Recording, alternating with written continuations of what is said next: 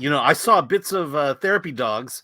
Yeah, this is interesting. Yeah, kind of I would say a faux documentary in a way. But yeah, tell us about Therapy Dogs. Well, it belongs to those kind of subgenre of films, I would say, and I believe. I'm sure there was someone before Larry Clark. I mean, it dates all the way back to 400 Blows, but Larry Clark was the one who sort of made it a subgenre of just following teenagers and underage kids as they get into all sorts of like activities that would make parents have nightmares.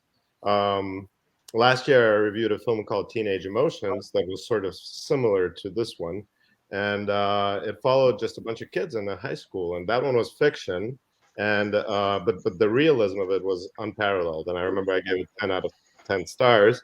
So I actually had trouble picking between two of the canine themed movies that actually have nothing to do with dogs for this segment. One is Therapy Dogs and one's called Underdog.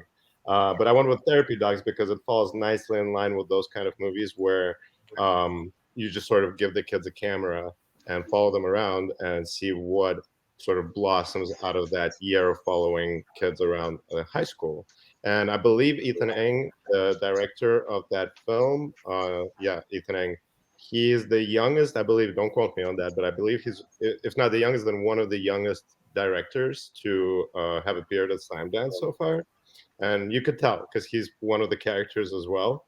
And he just sort of grabs a camera and starts recording his friend and himself, getting into all sorts of like jackass like shenanigans at school throughout the year. And while the film certainly has moments where it kind of wears you down a little bit with this verisimilitude where it's like so real that it's like, okay, how much can I watch another kid like shakily film other kids getting into trouble?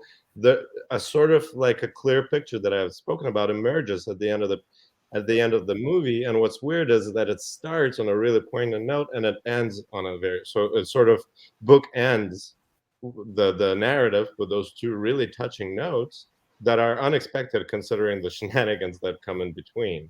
It starts with a boy, one of the main characters, throwing himself out of a car, and he would rather throw himself out of a moving car than engage in a conversation with his mom. And that reveals like a plethora of things. And so I got ready, and I was expecting the rest of the film to maintain that level of poignancy, and it didn't. It sort of veered off into like, hey, look at us, like attaching like ourselves to the top of a car with a bunch of ratchet straps, and doing like donuts in the parking lot, which just reminds you of what all the kind of crazy shit you did when you were a kid. I mean, I don't know if you guys did it, but I certainly tried to emulate. There was a period where I tried to emulate Jackass with my friends, and I was a skater kid, and would wear flip flops into high end restaurants and like scoop, snorkeling masks and try to like shock people and like hump cars and do stupid shit like that. So it's very reflective of the kind of mindset of a teenager where they're trying to figure out who they are, what their identity is through those most foolish of activities. And I guess if they survive, then they come of age, sort of, so to speak.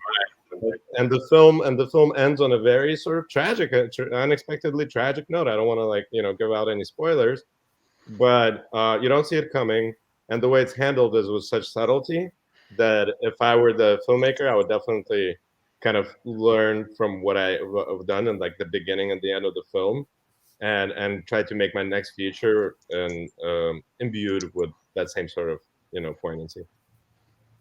And of course, TT says throwing yourself out rather than talk to your parents out of the car. That is, I'm sure many can relate to that. Yeah. Well, you mentioned the jackass like